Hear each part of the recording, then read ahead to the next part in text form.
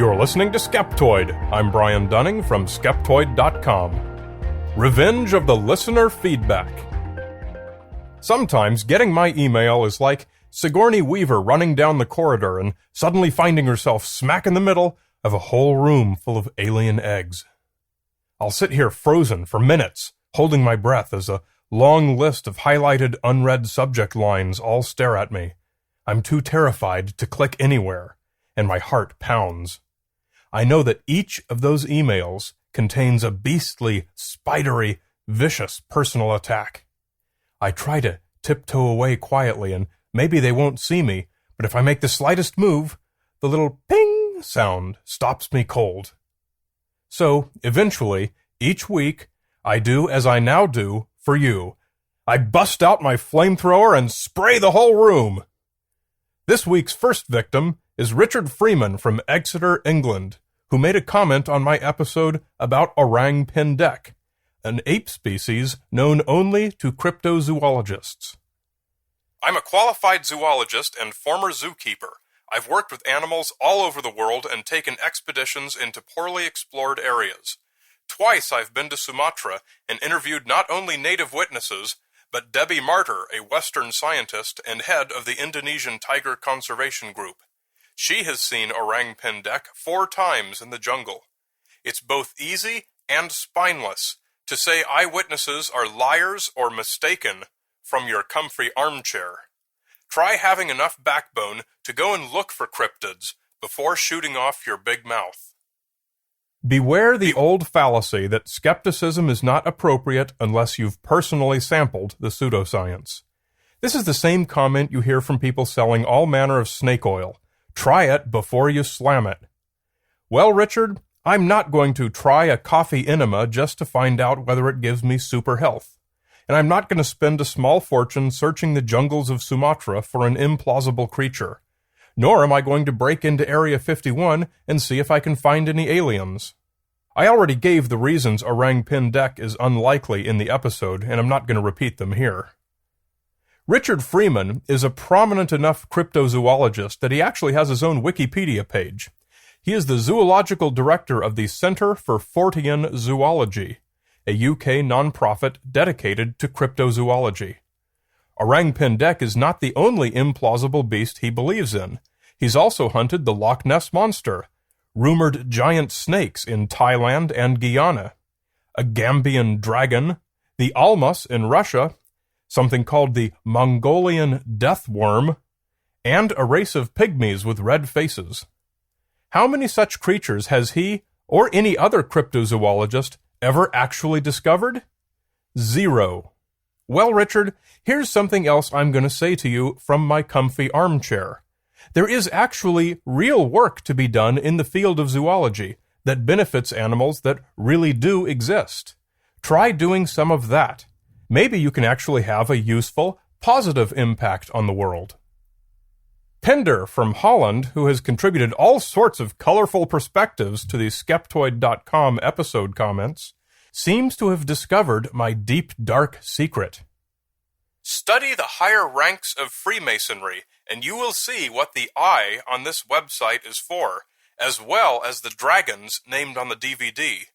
They are very telling for he who has eyes to see. He's referring to the skeptical eye on the Skeptoid album art, and the dragon logo on my Here Be Dragons video. Evidently, he feels I chose them because I must be a Freemason, and gain some advantage by promoting the symbols. You know, I'm not even going to deny that, Pender. I'm just going to let you wonder and stew and brood about it, and imagine what conspiracy plots I'm planning against you. In Freemasonry, the eye represents the all-seeing eye of God, and symbolizes how he's watching over us.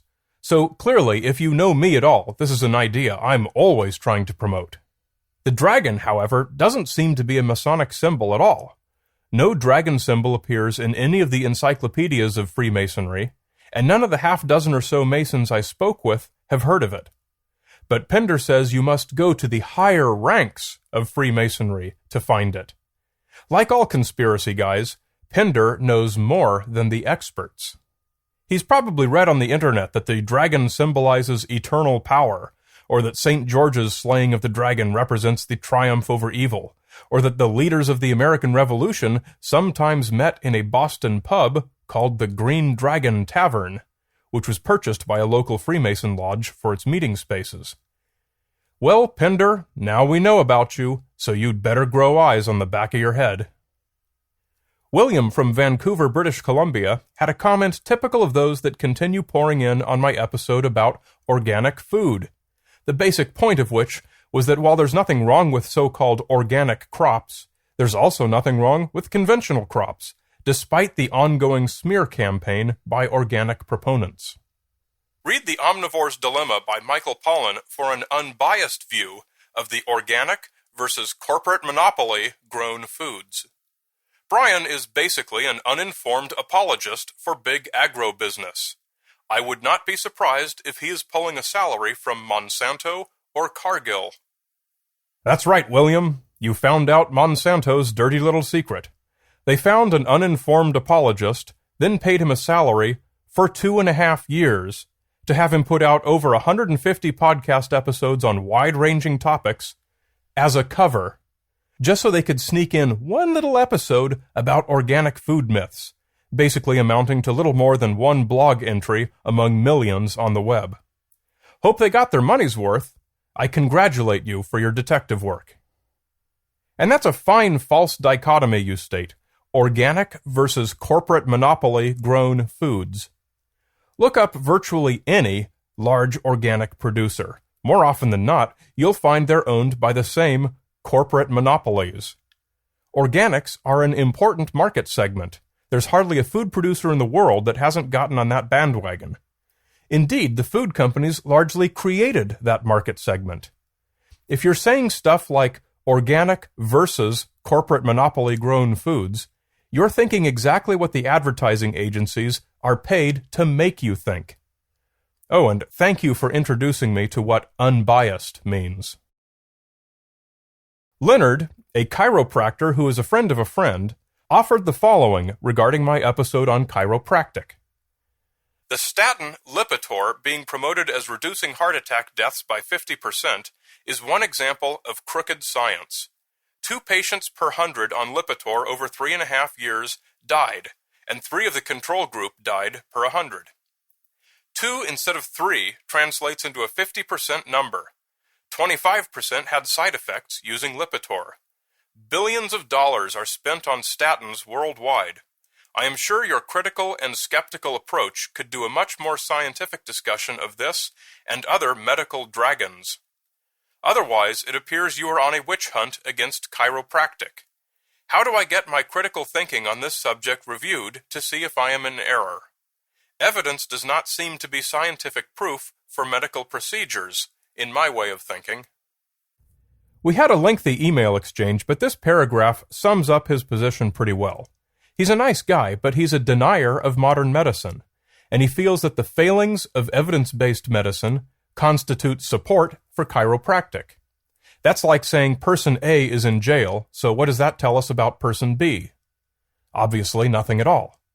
Leonard doesn't go around flaunting the magic-based claims of chiropractic's innate intelligence energy fields. He just figures it must be true because he sees problems in medical science. Thus, he draws a false dichotomy. If I don't join the ranks of those who deny medical science, I must be on a witch hunt against chiropractic. Well, Leonard, the two don't have anything to do with each other. Certainly medical science is not perfect, but then again, nobody's claiming that it is. Chiropractic is a very different story. It does incorporate some elements of conventional physical therapy, but the rest of it is completely made up hooey based on the belief in mystical New Age energy fields that cannot be either detected or described. I find Leonard's closing comment particularly telling. Evidence does not seem to be scientific proof for medical procedures. This is pretty common among alternative practitioners. It's called a special pleading. It implies that some higher power, not detectable to science, governs the human body, and it's thus immune to failures evidenced by scientific testing. A special pleading can be used to defend any supernatural claim. If an appeal to an undetectable higher power is the best evidence they've got, you have good reason to be skeptical. Leonard also brings up a valid point about the misuse of statistics. The difference in risk between 2% and 3% is not 50%. It's 1%, which is hardly any difference at all. It's easy to shock someone with a big number like 50% greater risk, because the number 3 is 50% higher than the number 2. When you phrase it like that, people hear the 50% part and are terrified, when in fact the risk is 3%. Always be skeptical of the way marketers use statistics. I always like to end these episodes on a high note. Paul, currently stationed in Sadr City, Iraq, tells the following tale. I'm a soldier currently serving in Iraq, and I just wanted to say how much I love your podcast.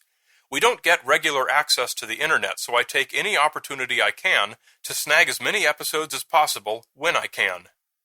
Sitting in an uncomfortable, hot, stuffy tank all night long, watching for IED emplacers, we will sometimes hook our iPods up to the internal comms to pass the time. We're not supposed to, but what can you do? Anyway, I had mine on random, and your podcast came up. Not wanting my skepticism to be known amongst my unit, I tried to skip ahead, but I dropped the iPod into the bowels of the tank where I had little hope of reaching it. Strangely, the other crew members loved it. We listened to a few more episodes before I finally fished my iPod out of the gun turret. From the 24 M1A2 tank crew from 2nd Platoon, Delta Company, 2nd to the 5th Cav, thanks for making that long, boring night a little more enjoyable. Well, thanks to you, Paul, for making this episode a little bit more enjoyable. And again, you're listening to Skeptoid. I'm Brian Dunning from Skeptoid.com.